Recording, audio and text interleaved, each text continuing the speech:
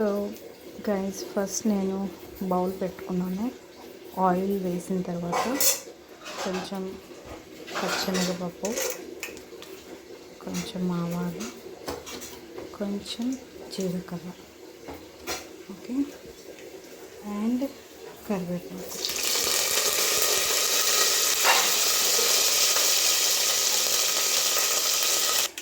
నా దాంట్లోకి ఈ వెజిటేబుల్స్ అన్నీ వేస్తాను. ములక్కాయ ఒకటి పక్కన పెట్టాను ఫ్రెండ్స్, ఎందుకంటే అవి స్టార్టింగ్లోనే వేసేస్తే మొత్తం విరిగిపోతాయి కాబట్టి.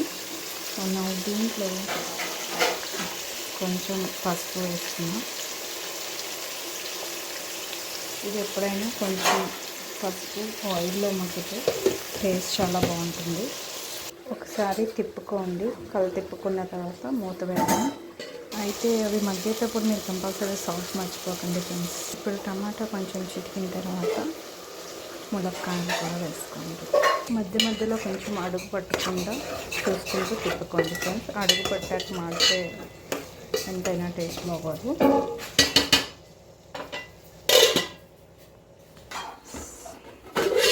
సో ఫ్రెండ్స్, ఇప్పుడు ఇది బాగా మగ్గింది.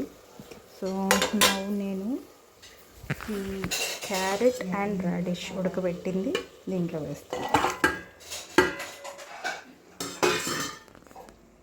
సో అవి ఒకసారి మళ్ళీ తిప్పుకున్న తర్వాత కొద్దిసేపు మగ్గనివ్వండి. సో గైస్ చూడండి, ఇది బాగా మగ్గిపోతుంది.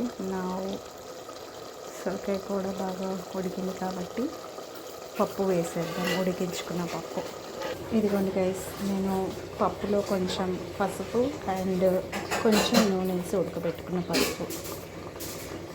పప్పు. సో ఇప్పుడు మనం నానబెట్టుకున్న చింతపండు కూడా ఈ పప్పుతో పాటు వేసేద్దాం.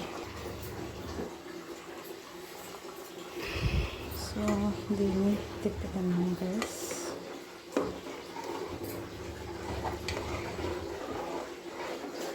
ఇప్పుడు పొయ్యి కొంచెం హై ఫ్లేమ్లో పెట్టుకున్నా పర్లేదు.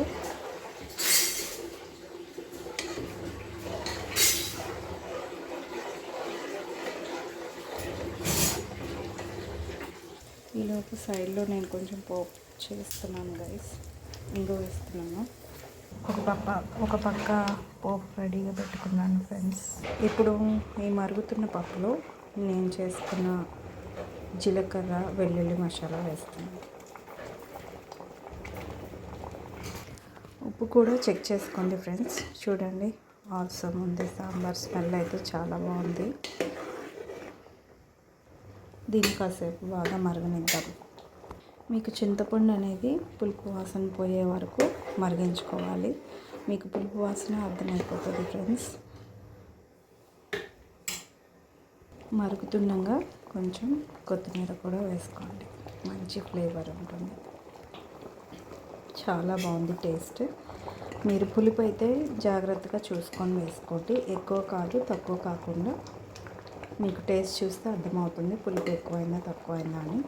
సో చూసుకుంటూ యాడ్ చేసుకోండి.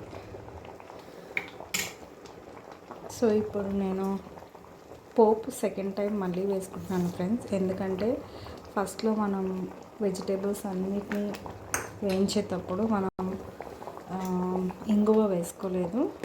అండ్ నాకు ఫస్ట్లోనే అది వెజిటేబుల్స్ అన్నీ ఆ ఆయిల్ని పీల్చేస్తాయి కాబట్టి నాకు సెకండ్ టైం మళ్ళీ పోపు వేసుకుంటాను. See, it's so yummy. అయితే ఇక్కడ ఒక ఇంపార్టెంట్ విషయం గైస్, నేను కారం అనేది ఎప్పుడు స్టార్టింగ్లో వేయను. కంపల్సరీగా ఇక ఆల్మోస్ట్ దించేస్తున్నాము, 10 minutes ఇంకా ఉంది అనగా అప్పుడు కారం వేసుకుంటాను. సో దట్ మీకు కారం ఫ్లేవర్ అనేది సాంబార్ని డామినేట్ చేయకూడదు. సో కారం ఎప్పుడు నేను పప్పుల్లోకి లాస్ట్లో వేసుకుంటాను. ఇంకా 10 minutesలో దించుతామనగా అప్పుడు కారం వేస్తాను. అండ్ కారం కూడా ఎక్కువ వేసేయకూడదు ఫ్రెండ్స్, ఓకే. కారం ఎప్పుడు కూరల్లాగా సాంబార్లోకి వేసుకోకూడదు. మినిమంగా ఉండనట్టుగా వేసుకోవాలి. కారం వేసాక మళ్ళీ రీల్ చూపిస్తాను.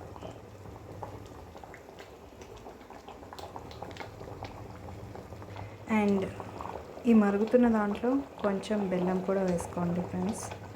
బెల్లం లేదా పంచదార ఒక అర స్పూన్.